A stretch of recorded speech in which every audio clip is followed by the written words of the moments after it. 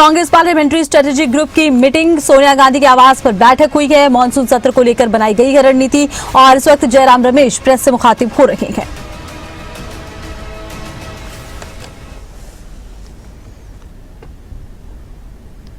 बात कहूं, ये 2/3 बहुमत, कलंकित बहुमत होगा। 2/3 ये चाहते थे। 2024 के चुनाव के समय 400 पार का नारा दिया था, जनता ने उनको ठुकराया। 240 सीटें मिली और अब 2/3 बहुमत की खोज में है। ये जनादेश का अपमान है, संविधान का अपमान है। इसके अलावा कुछ मुद्दे भी थे हमारे ओर से जो हम मुद्दे उठाएंगे।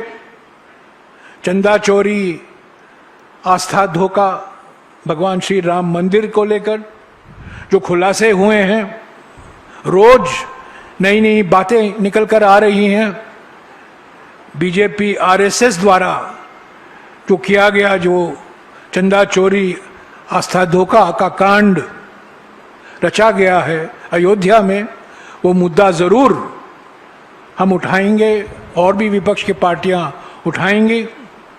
नीट का मुद्दा है, परीक्षा प्रणाली को लेकर, शिक्षा प्रणाली को लेकर। कल राहुल जी देहरादून में छात्रों की गूंज की दूसरी जो पब्लिक मीटिंग है, इंटरैक्शन है, छात्रों के साथ संपर्क में रहेंगे, बातचीत होगी। कल देहरादून में पेपर लीक, पहले आपको याद होगा 17 जून को कोटा में हुआ था, और उसी श्रृंखला में कल छात्रों की गूंज की रैली आयोजित की गई है देहरादून में। तो ये दूसरा मुद्दा है। तीसरा, आप जानते हैं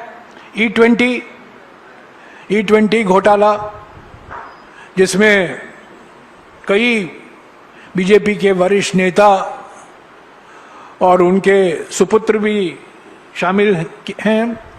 तो E20 घोटाले पर हम चर्चा जरूर मांगेंगे। और भी ऐसे मुद्दे हैं विपक्ष की ओर से।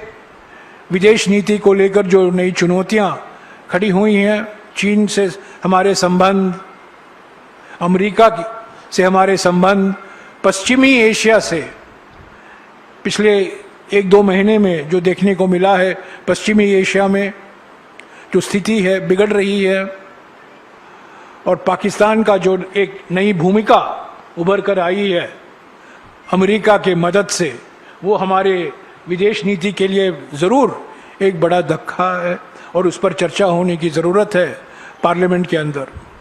तो ऐसे कई मुद्दे हैं, और भी मुद्दे हैं, हम उठाएंगे। 19 दिन का सत्र है और इस 19 दिन में से 16 दिन बिजनेस होगा, क्योंकि प्राइवेट मेंबर बिल 3 दिन में चले जाएंगे। तो 16 दिन में विधेयक पारित होना है। जो विपक्ष मुद्दे उठाते हैं उस पर चर्चा होनी है। और हमारा अनुभव ये रहा है कि सरकार सर्वदलीय बैठक में तो मान लेती है कि आपके मुद्दों को हम प्राथमिकता देंगे, चर्चा कराएंगे, पर हमारा अनुभव रहा है कि सत्र में सिर्फ विधेयक पास होते हैं, चर्चा नहीं होती है। विपक्ष के उठाए हुए मुद्दे पर चर्चा कभी होता नहीं है।